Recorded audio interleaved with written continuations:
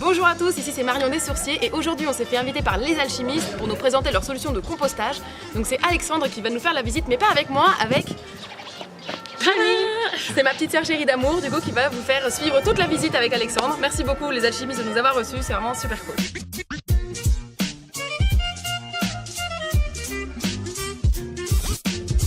C'est Alexandre Guilhuy, cofondateur des Alchimistes, et on est au Grand Voisin, dans le 14e arrondissement à Paris.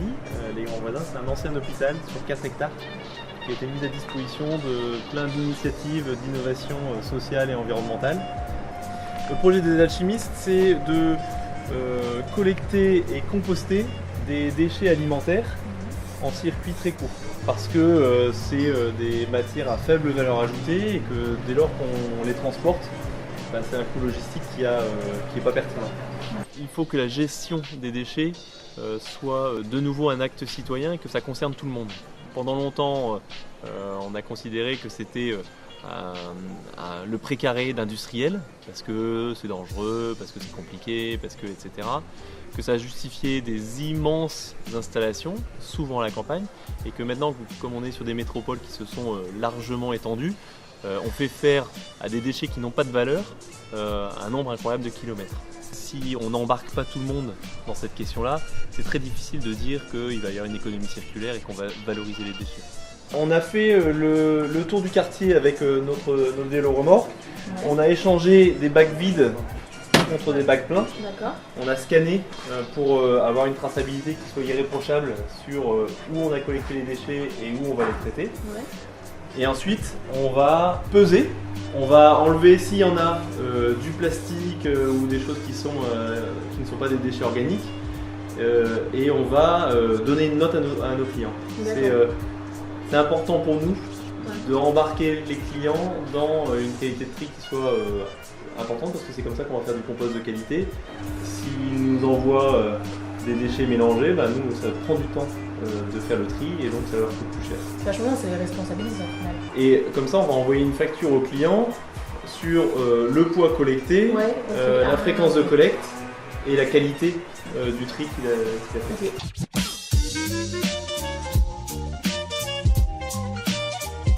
On est la seule installation à pouvoir traiter les sous-produits animaux sur le Grand Paris. Ouais. C'est pas un problème non plus pour la machine qui assure une montée en température et donc qui va hygiéniser.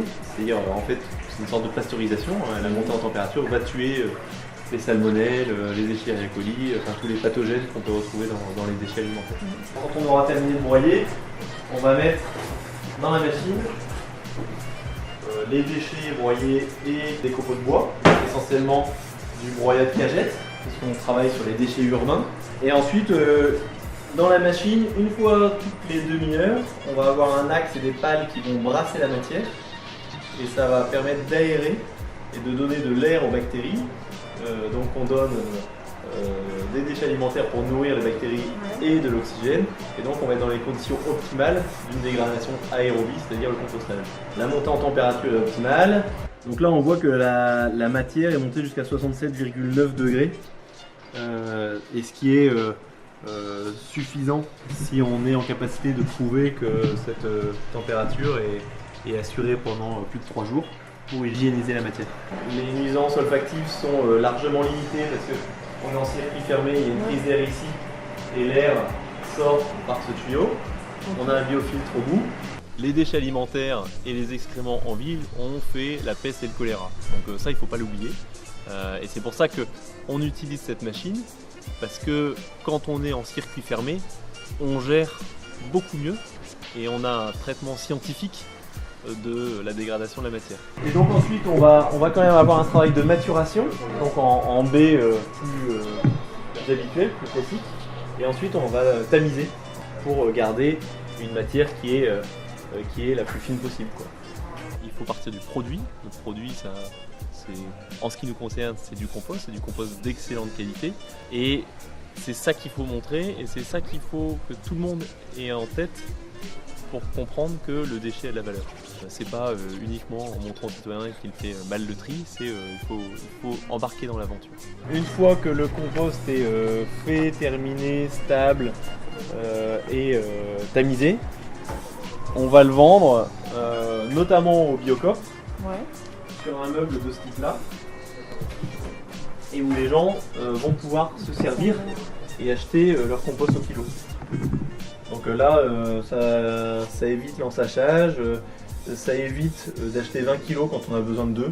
Il n'y a pas une légende urbaine qui est plus répandue en France et dans pas mal de pays qui consiste à dire que ça sert à rien de faire le tri parce que tout est mélangé à la fin. Ce qui est parfois faux, parfois vrai, mais en tout cas tout le monde le croit. Donc tant que les gens ne voient pas, faut pas leur demander de changer de comportement. Tant que c'est dans une boîte noire, loin de chez eux, quelque chose qu'ils vont jamais voir, jamais visiter parce que c'est loin et que c'est industriel et que c'est la chasse gardée de quelques acteurs, on n'arrivera pas à embarquer toute la population.